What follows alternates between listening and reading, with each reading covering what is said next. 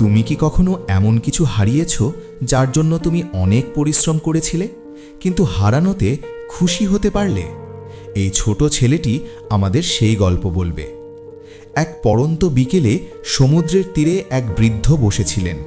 নীল সমুদ্রের দিকে তাকিয়ে তিনি ভাবছিলেন, সারা জীবন যে কিছু গড়ে তুলেছেন তার কি সবই ধরে রাখতে পেরেছেন? হঠাৎ তার চোখে পড়ল একটি ছোট ছেলে। ছেলেটি খুব মনোযোগ দিয়ে বালির একটি বিশাল প্রাসাদ তৈরি করছে। বালতি করে জল আনছে, বালি ভেজাচ্ছে আর নিখুঁতভাবে মিনারের মতো করে রাজপ্রাসাদ গড়ে তুলছে। তার কপালে ঘাম জমেছে, কিন্তু সে একদমও সেটা নিয়ে চিন্তিত নয়। এ যেন একজন স্রষ্টা যিনি বালির ভেতরে জীবনের আনন্দ ঢুকাচ্ছেন।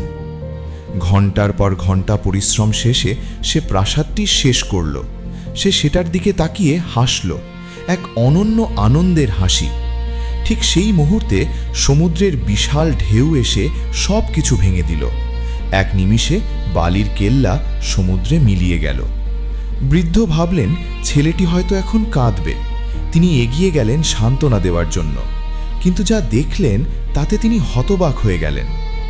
ছেলেটি কান্নাকাটি করল না, বরং সে দুহাত তুলে হেসে উঠল, সমুদ্রের দিকে হাততালি দিল, যেন ঢেউ তাকে কোনো পুরস্কার দিয়েছে। বৃদ্ধ জিজ্ঞেস করলেন, তুমি সারাদিন এত কষ্ট করেছ আর সবকিছু এক মুহূর্তে শেষ হয়ে গেল, তোমার খারাপ লাগছে না? ছেলেটি হেসে বলল, না দাদু, আমি জানতাম যে জোয়ার আসবে। আমি এটা বানিয়েছিলাম আনন্দের জন্য, চিরকাল রাখার জন্য নয়।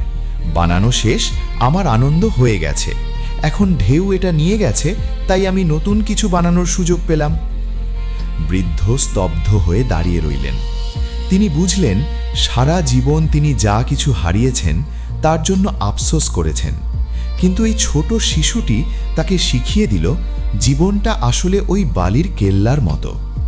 আমরা বাড়ি বানাই, ক্যারিয়ার গড়ি, সম্পর্ক তৈরি করি, কিন্তু সময়ের ঢেউ একদিন সব বদলে দেয়। সাফল্য চিরস্থায়ী নয়, তাই ফলাফলের চিন্তা না করে যাত্রা উপভোগ করাই বড় বিষয়।